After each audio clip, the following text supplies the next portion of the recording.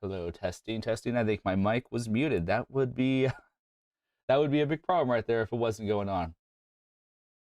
That's the problem is I always have trouble making sure I'm going live, hearing my sound. So thank you for that. But without further ado, I think we are about ready to reveal the winners. So first up, this is going to be for the winner of the poster designed. I don't have a picture of it available, but I posted in the video. It's pretty much a PNG I put together of all the classic Heroescape pictures. It looks really great on my wall, and it could look great on yours too. Again, thank you to everyone who subscribed and commented.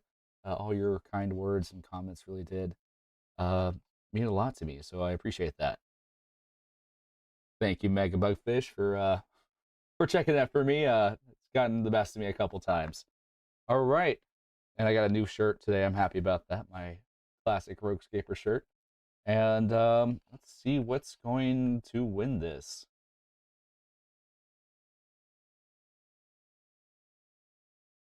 All right, so this is for the poster, and that is going to be for Jordan Nielsen 884. I will message you via YouTube, and you have like 2 days to respond to make sure that you still want that prize.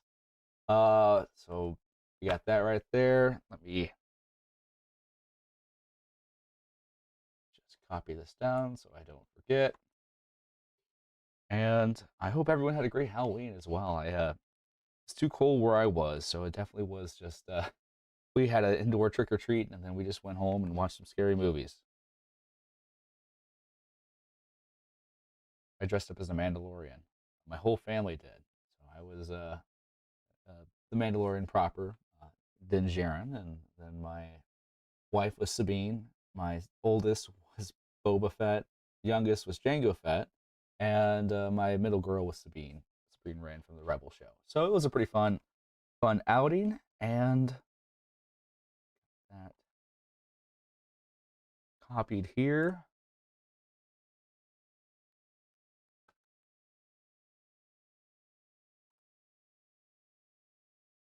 All right, so for next drawing, it is going to be for the pretty much you can have any classic or NGC figure. We'll print and paint for you, or if you have a Hero Forge model that you've been wanting to get printed, I can get that going for you. If there is a VC STL, I can certainly get that going for you, but I know the availability of those is kind of dependent. We'll certainly talk about the details and see if there's anything that you want particularly, and I'll message you about those. And that will get printed and painted as soon as possible. These will all be probably shipped out within the next couple of weeks, and I will be sure to let you know once they're all going out. I'll keep you updated. So let's do this for the painting, and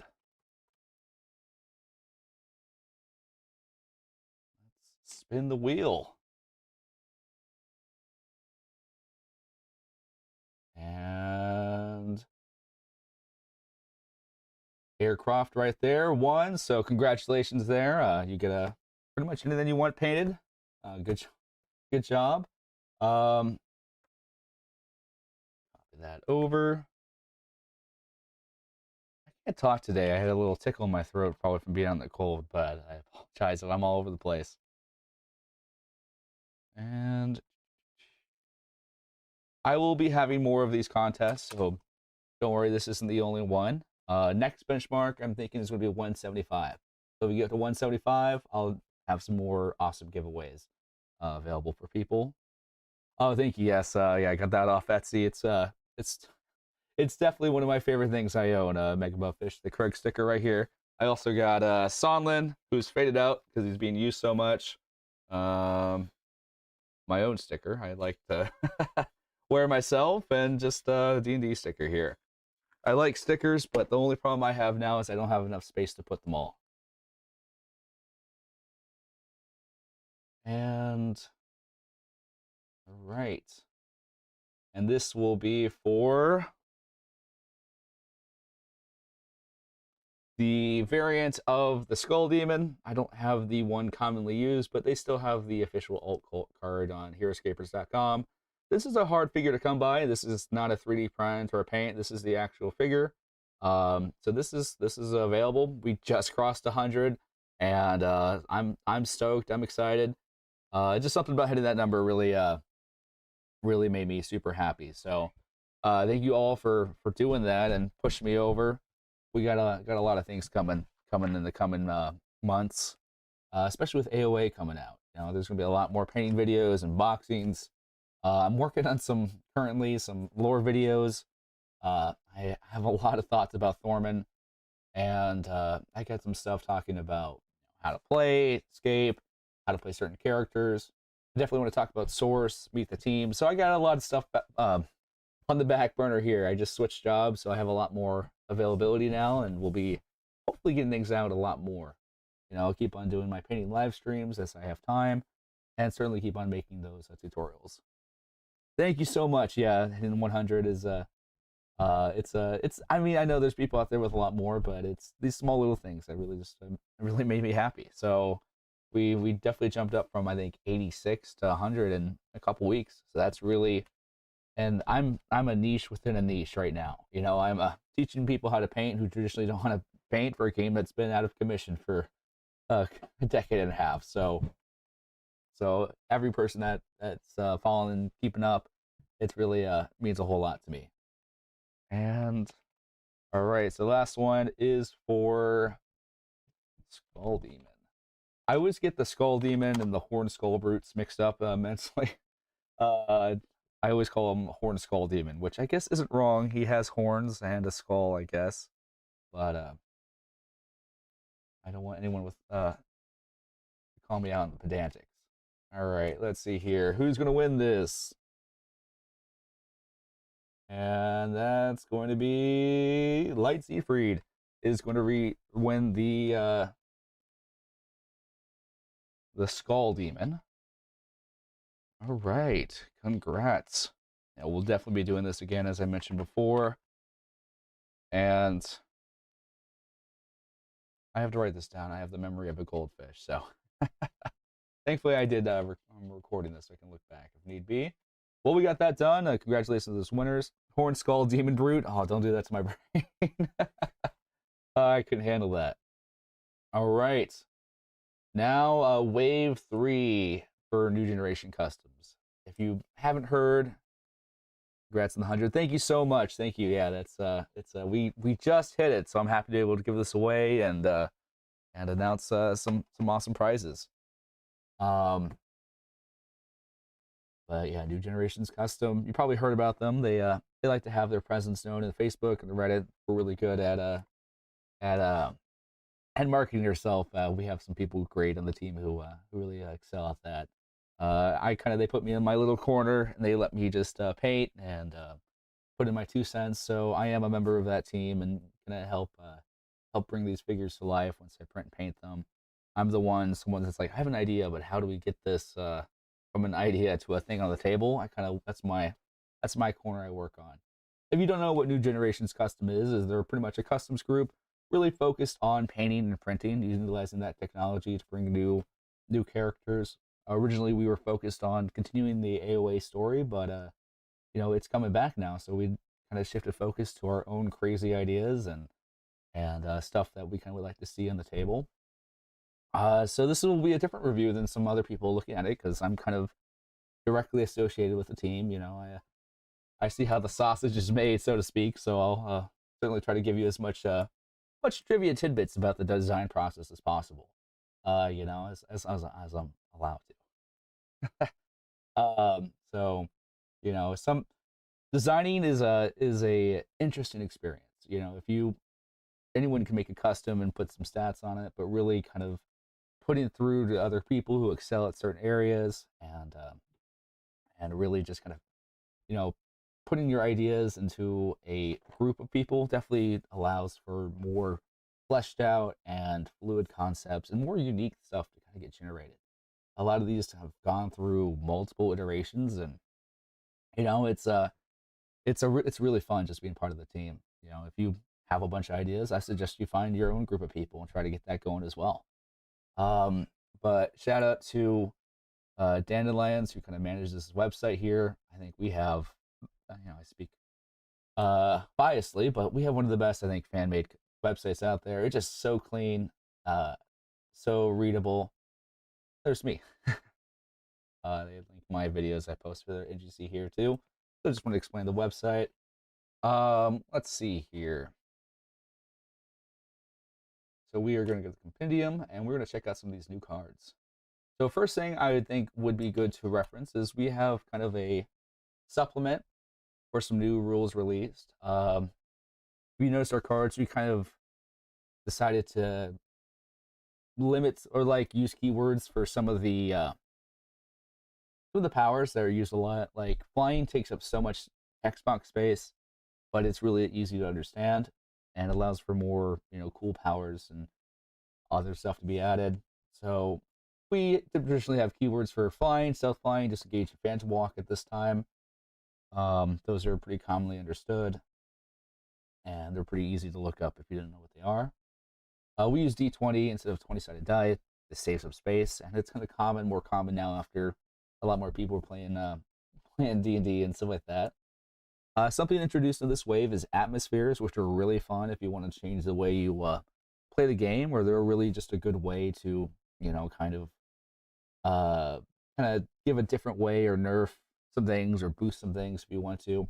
The one introduced in this wave is called Darkness, which kind of makes sense. It's not a hard concept, but essentially it just means that figures with can't attack more than 4 spaces away and in line of sight as well. And it kind of gives some utility for the street lamps we designed. Do I have any around here? I don't think I have any within an arm's reach, but yeah, we found some files for some street lamps. Oh, let me grab one right here.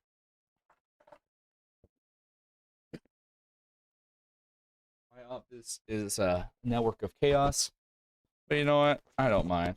That's how my brain works. And so we got these street lamps right here. They look great on the escape battlefield. If you want some non-traditional looking terrain, pretty easy to paint and get going. They don't offer much mechanical benefits outside of darkness, but you can use them to kind of create different kind of blockage that you can still shoot around but can't move through traditionally. Street lamps I was talking about, pretty much they also negate darkness, which means that if you're adjacent to one of these things, you are not affected by darkness.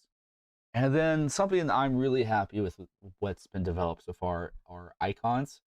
They are kind of a new concept, kind of exclusive to NGC. I have one right here that we'll definitely be talking about more. But essentially, these are used for targeting specific figures. And Mega Buffett says, "Yo, I'm reading along the site, and I love that use of the street lamps. I jokingly mentioned somewhere like this in the Discord a few weeks back. Wild to see a real version.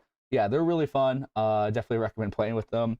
And if you kind of, I know, I'm hoping like C3G really takes use of them, and they're just kind of some unique. We were talking about it, and we realized, you know what? There's no obstacle that you're able to shoot through, but not necessarily move through. There's lava, which is close, but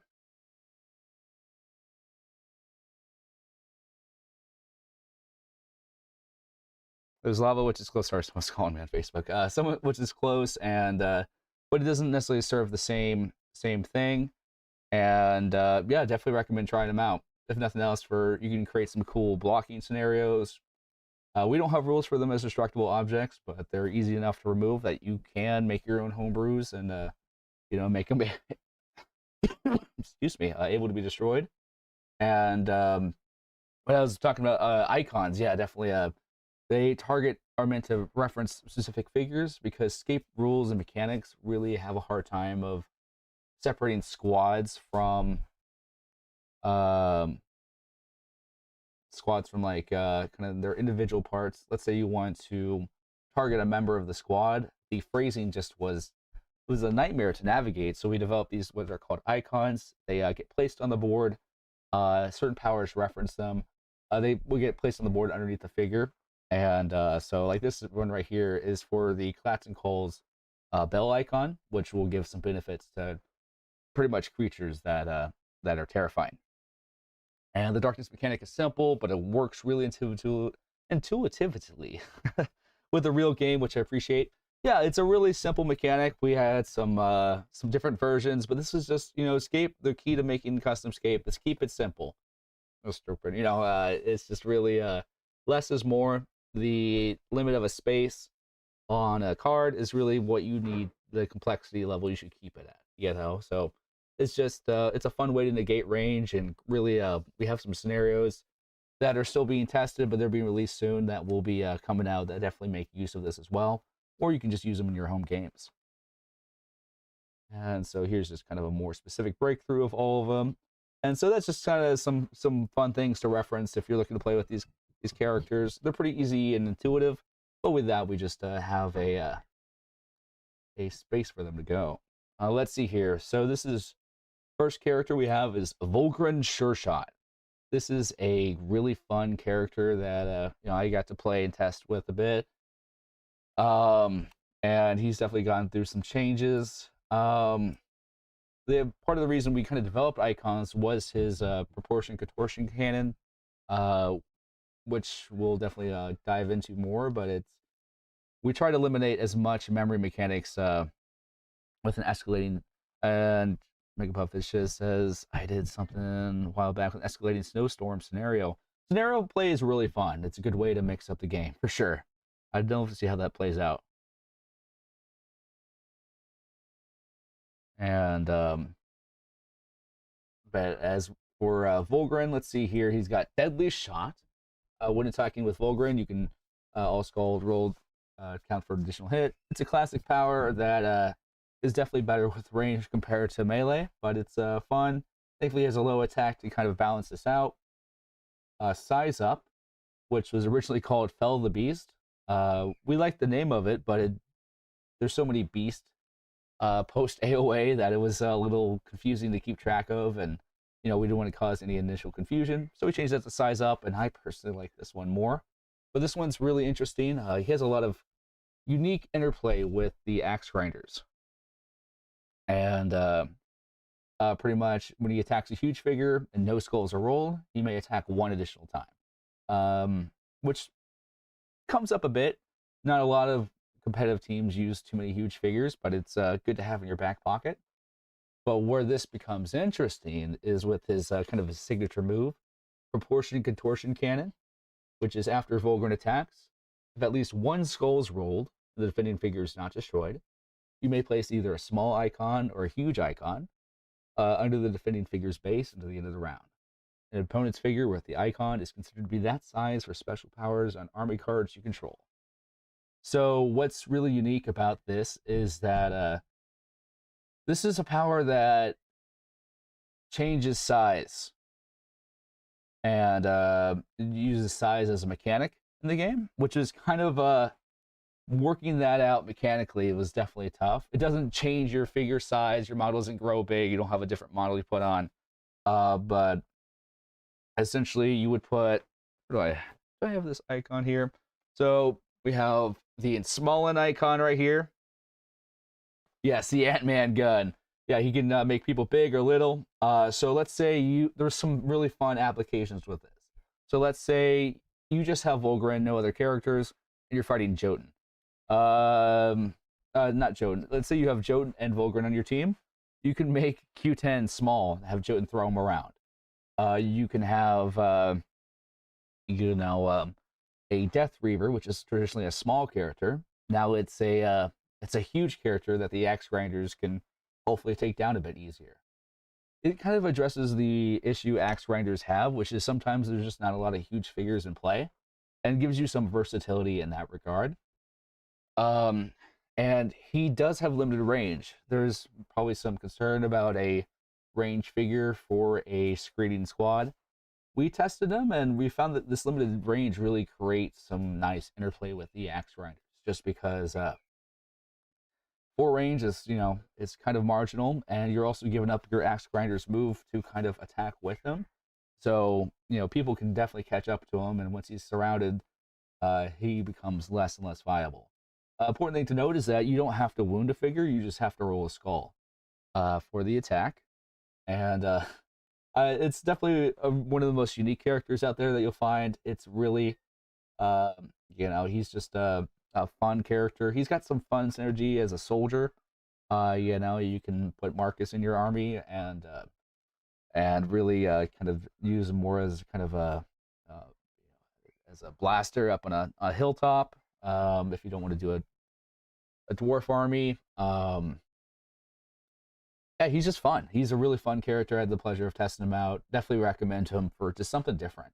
There's some niche uses with gladiatrons to making them smaller, and I love the ant gun comparison. He's definitely he just the second Ant-Man movie, which isn't entirely good, but does come to mind with that scene where everyone's growing big and small and fighting each other. That's how he feels like fighting. Definitely, we'll plan on making a quick paint tutorial for this guy. He's relatively easy, gold coat with blue accents and silver gun, so it's not too hard to figure out how he's painted. But he definitely does look really cool and really vibrant on the battlefield. All right, so that's Volgren right there. All right, we got Valor Agent Thomas Landis. So this guy went through a lot of revisions, a lot of reworks. I think he went up to like 6 revisions at one point. Just because movement powers are always something you want to make sure you're doing correctly and balanced, and you don't want to just if you move too much or too powerful, you can really alter a lot of the way escape game plays, because it is all about placement and positioning. It really is one of the strongest factors of this game. But he has Warp Blitz special attack, range 4, attack 3. After attacking with Warp Blitz, you may place any agent you control on an empty space within 2 spaces of its current location. Figures moved by Warp Blitz never take leave engagement attacks. And afterwards, if Thomas occupies a type of space that he did not occupy at the start of his turn, you may attack and place an agent with Warp Blitz 1 additional time.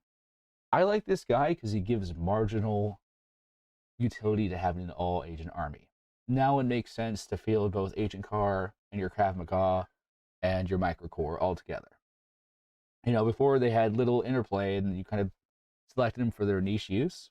But now it's kind of like, okay, now I can kind of control the way this battlefields and it moves them around marginally a bit.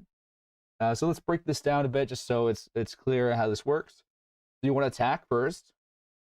And so you can choose to move him or any other agent you control within 2 spaces of the current location. They don't take leaving engagements. And if you decide to move Thomas, you get to attack again, and then move an agent additional space. So total, you can move Thomas twice, and attack him twice, and move an additional agent. This is kind of how you can play that. Or you can choose to not move Thomas and just move 1 agent. So there's some decisions to be made there. And he serves Valerak. He's kind of a different vibe comparatively to the Vidar agents. So we wanted to get some Valerak love out there. Valerak is certainly becoming one of my favorite generals, so I do like that representation. He's got good base range of 7, attack 3, defense 3, and life 4. So he's a great filler unit to have in your army. But definitely will fall fast if you get him tied down and well, not tied down per se, but if you bring the heavy hitters in, he won't last too long. And I think we have had some custom Valerak before, but that's definitely a very fun one. Painting that is we went through some sizing problems of he wasn't HeroScape scale. So if you notice, he has some, if you print him yourself, he does have some different instructions, or just he looks more in line with HeroScape proper. So pay attention to those for sure. Now we have Nilcia Knight's Echo. Now this is a character hailing from Eberron, so this is kind of a we tap into the D&D lore a bit here, and we just like the vibe of this character and kind of what they represent. And this is a fun one, and is just brings some some love and some power to a wolf army, which kind of needed that for sure.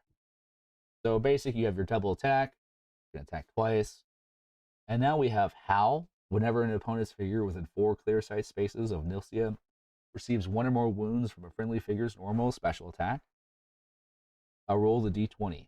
If you roll a 16 or higher, you can place one of your previously destroyed common wolf squad figures on an empty space within 4 clear sight spaces of Nilcia that is not adjacent to any opponent's figures. So she can effectively revive destroyed wolves, which is pretty powerful. Any revive power is always good to have, especially for a wolf army, which is so fragile.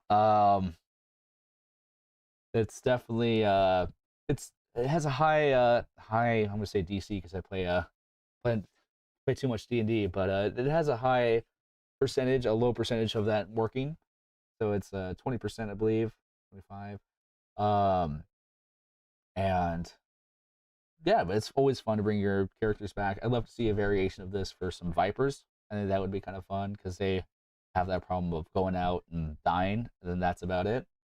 But Wolves kind of had that same problem as well. And then we have United Pack.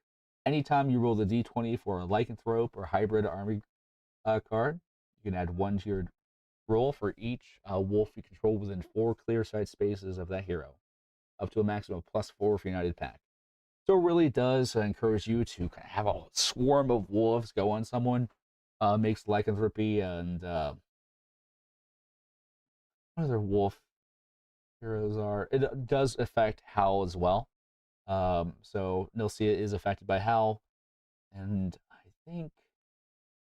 I don't remember the VC wolves power, but I think there are some that you see that we do have a list of all the possible synergies right here. Arctos. So yeah, so these are all the characters that could be affected by that.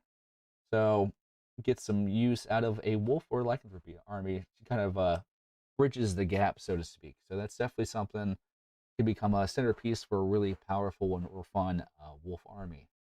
Got good move, average attack. He's a Dark Lord and a lycanthrope, and has relentless bonus. So there's some fun armies and combinations you could do here. I am going to read the poem for this character just because I really love it and I think it's worth touching on in the bio. So let me clear my throat out and dive into that. You hunt alone, you die alone, or so their fable claimed. No fate, no scroll, no tale told, could keep you from your fame. With crossbow ready in your hand, prepared with bolts blessed by the land, and armor weaved with the magic strands, you smile, you hunt a while. The whispered winds unveil scent of winning hunts and prey. Behold a distant elder's howl. You mark its last foray. Your bolt flies true between the eyes, and render null the old wolf's cry. But listen close and clarify. That whisper near, that howl still hear. The howl, ere a fowl, with scattered red and maws that growl. All exits turn to death before they're seen. You search and scour for shelter. Here, where you feel sound, you see the fear. The blade strikes true, its edge a guillotine. The canine pack smells blood to shed. Nose up they howl, your worlds turn red. Their celebrations bind them, hide in green. Though weak you crawl, avoid their glee. The bush is there, you're almost free. The echo strike brings silence. With no one left to listen, the echoes leave their mission. With no one left to fight, and food claimed by night, the hunter wakes to see a blinding light. Where endless wind meets canine mane, an endless song declares its claim. A twin blade lichen waits by flame to call the pack. You hunt new game. It's just, I mean, that's really great. He uses iams, rhymes. It's and that's just from some fans who really like this game. I mean, Shout out to HS Diora who wrote that. It's really great. It's one of my favorite pieces we've written so far. So shout out there. Um, I'll tell you this: the NGC team, and I'm speaking as again biased, has some of the most incredible and talented people out there. So it's always a pleasure just working with them, and I'm kind of a new addition to the team, and it's just I'm always impressed by the work they can do. All right, let's keep this crazy train going.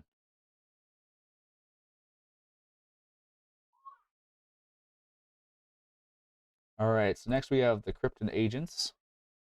These are ones that went through a whole lot of work just to get them going, get them balanced, and feel right. They used to be a four-man squad. I think in some promo materials, you probably noticed that they had four figures. We quickly realized that that was insane, and we brought them down to a much more manageable three. And so we brought them down to three, and these guys were really fun to paint. I spent a long time designing, what color palette do I want. We this NGC Wave 3 is somebody from the planet Wenua, which is our custom planet. It's pretty much, think of it as reverse world for Earth, where weirdness and madness kind of run rampant, and things are kind of ruled by less than moral societies to keep everything intact and relatively normal. So it's a fun world filled with lore. I was like, well, how do I kind of capture this Earth-like feel, but also separating them from the agents that exist in Classicscape, Earth 2010, I believe. So we kind of wanted to really work hard on their palette and their design, and I'm really happy with how these guys came out. A stark black and blue. Um, it's just it's really fun. I like this character right here. Has red hair, which I think is kind of just unique. And I like old Sarge. I have this problem when I paint characters. I give each like different pose a nickname. So we have Sarge, we have Cleo and Sandy. Here is what I named them in my brain. You can name them whatever you want, or not at all. But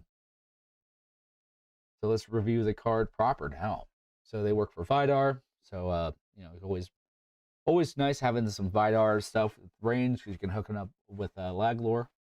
And first power is Capture Protocol. At the start of the game, choose a species other than human as a Krypton agent's target. Krypton agents roll an additional die when attacking or defending against figures of their target species. So these guys are really work great in drafting formats, or formats where you know what the opponent is going to bring. So someone who's running all Soul Borgs, these people are prepared and have studied and took the time to, attack more effectively against them.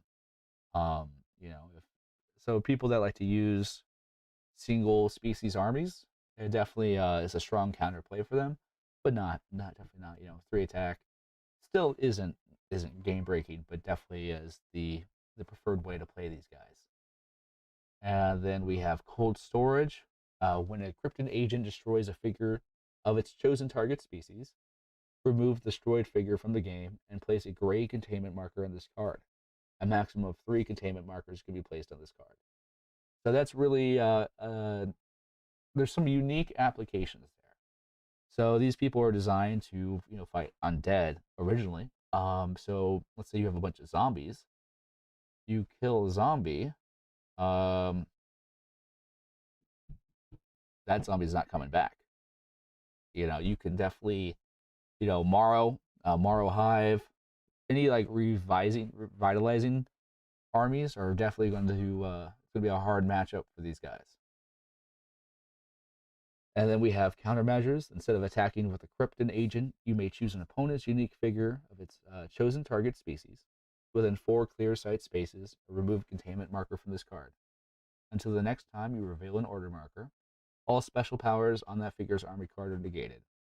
So this one kind of references the other powers. It kind of is a culmination of all the other powers. So first off, if you attack someone that's been assigned by Capture Protocol, and you have a cold storage marker available after you've killed someone from that species, you can also, instead of attack, you can negate its power until the next time you reveal an order marker.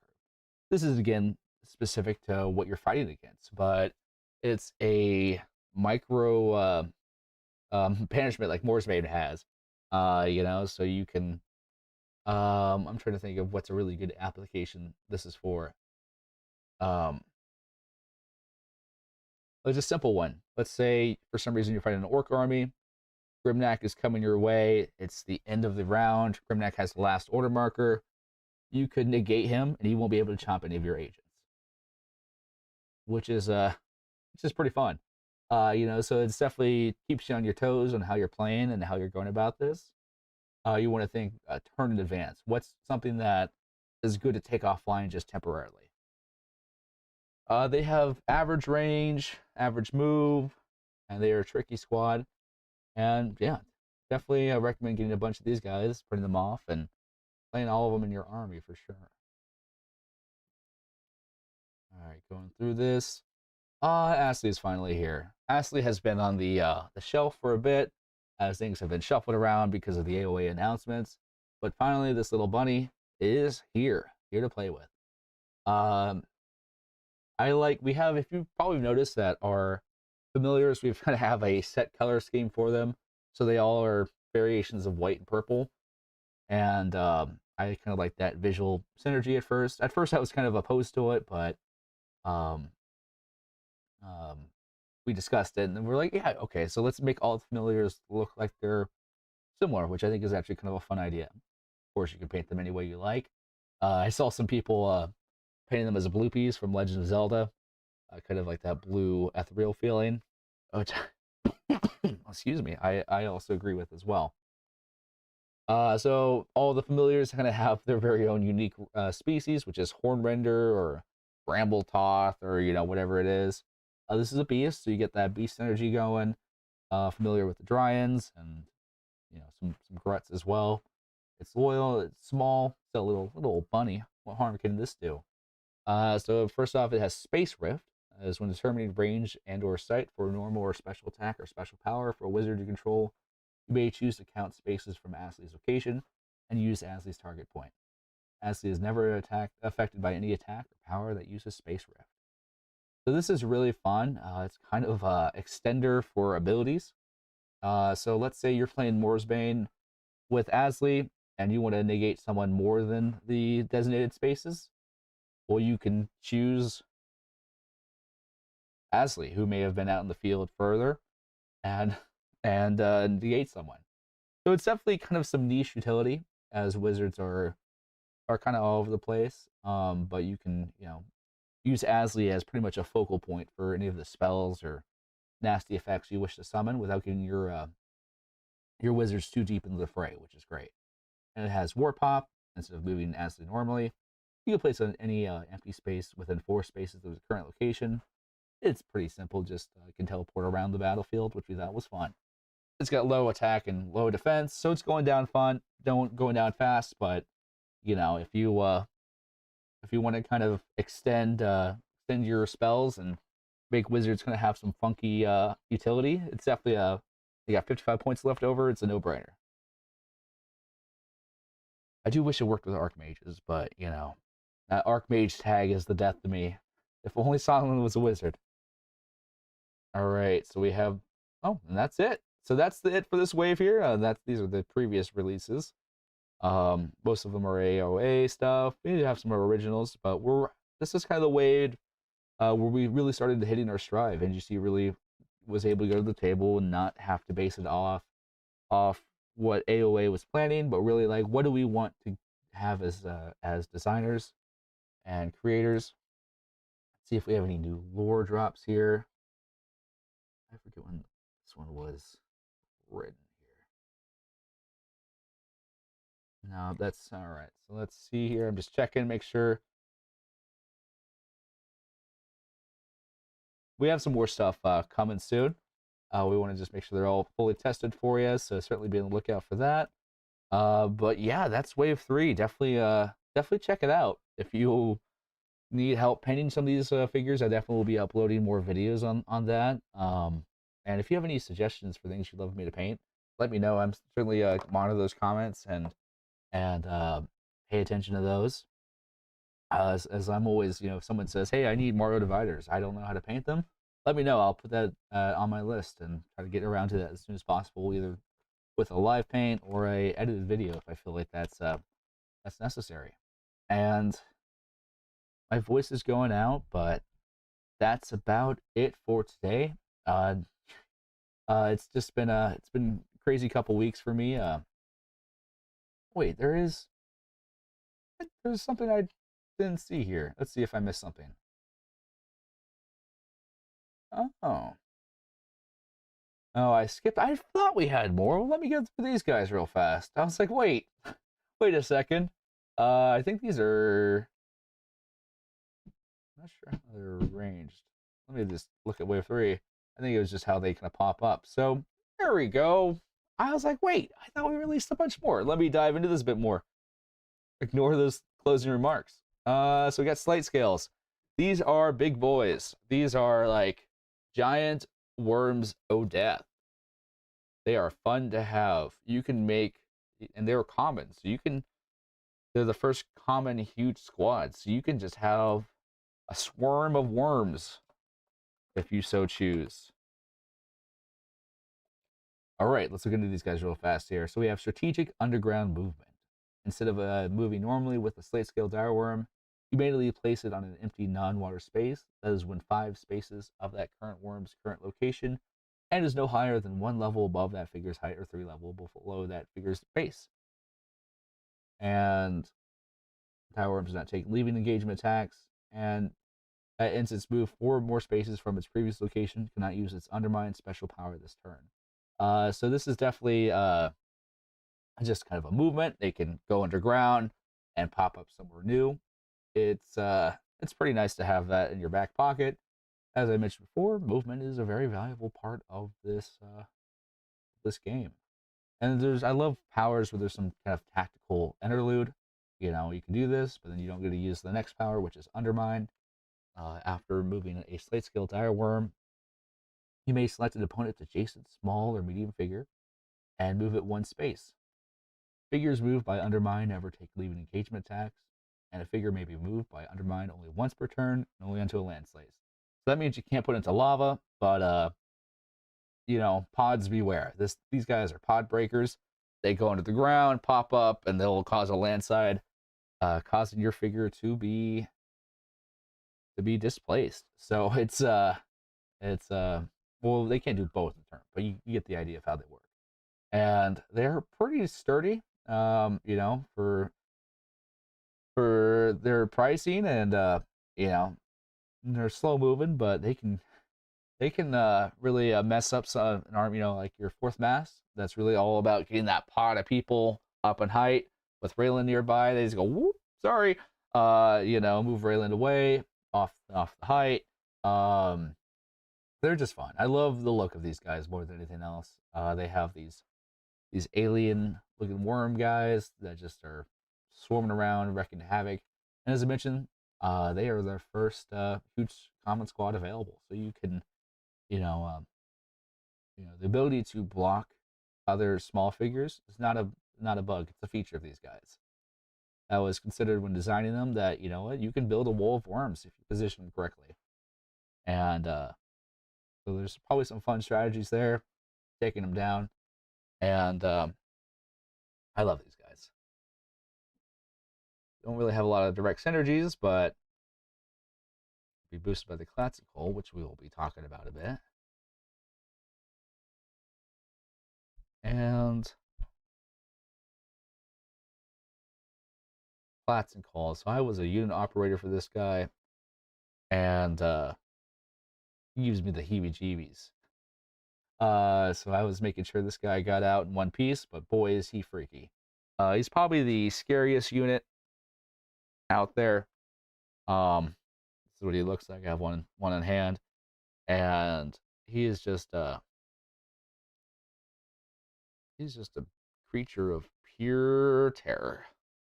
Perfect for Halloween games, especially with his powers. This person was kind of a design that was, barring some minor fine tuning. We love the concept and kind of developed a lot of things around it. but it stayed mostly intact when developing. Um, Vanilla has a lot of cryptids and scary stuff going on with it, and it's definitely just boy, it's freaky. It's a fun one to paint, pretty easy to paint, and it's kind of a variation. We found the model, and we love how it's kind of a variation of Siren Head and some kind of it touches on a lot of cool tropes here. So it's an undead hunter, so there's some fun synergy there with some other pieces. And first power is for whom the bell tolls. At the start of the game, place a bell's icon under any opponent's figure. Common and uncommon terrifying figures you control roll an additional attack die against opponent's figures with a bell icon. And it may move 3 additional spaces if they would end their move adjacent to one of those figures or classical Nightwalker. Yeah, so this guy is able to pretty much target a specific creature, put this icon right here underneath them, and it just incites the fury of all terrifying creatures nearby. So if you're playing zombies, guess what? You got fast zombies now. Playing ghost, your ghosts are going supersonic speed to make sure they kill that person. But only if they end up next. So you have to really balance how you move classical with your undead swarms because there isn't a lot of direct synergy between them. Yeah, 3 space movement is always good, but it is kind of at least initially a one-time use until your classical gets into the thick of the fray, and then you're able to use it again. But this guy, it demands order marker balance for sure because you're always balancing between your squads and this guy proper. Deathly Chimes. Each time Classical Nightwalker receives 1 or more wounds, you must immediately roll the d20 for each non-terrifying figure within 2 spaces. And if you roll a 16 or higher, that figure receives 1 wound. Afterwards, you may then move your bell icons under any opponent's figure within 3 spaces of Classical Nightwalker. Yeah, so this guy is great as like a glyph holder or against melee focused armies. Pretty much, if you wound him, it goes boom, and the bell just chimes, and everyone nearby hears a shrill chime of death. And so if you roll a 16 or higher, they get a wound, and then you can move your bell's icon around, which is really a key to making this character work. And he has Phantom Walk, so he's hard to hold down. He has very low defense. He's defensive 1, so odds are you're doing more than 1 wound at a time against this guy. So that 9 life looks impressive, but it goes down pretty fast. This guy kind of plays like a Krug a lot, is how I described it. He just really he wants to be hit, but you can't be hit too much, otherwise you're dead. So it's really a balancing act of dishing out, getting into the thick of things, whereas you'll die. So do you play this guy as a cheerleader and have all your guys move faster? Do you bring him in the thick of it and really just have those chimes go off? That's kind of how you want to play it.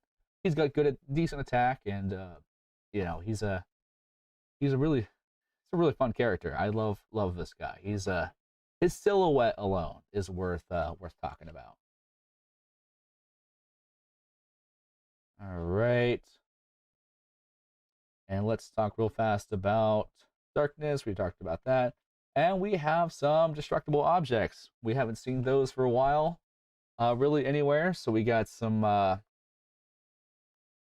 we have some vehicles that you can blow up. So first off, it's combustible. When a large direct vehicle is destroyed, we'll roll 1 attack die for each figure adjacent to it, 1 at a time. And if you roll a skull, that figure receives a wound. And you may ask, why would I stand by that? Well, you get partial cover.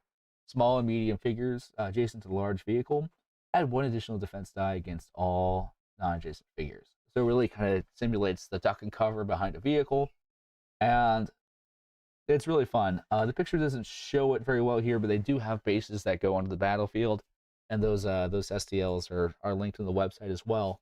There's a small version of that.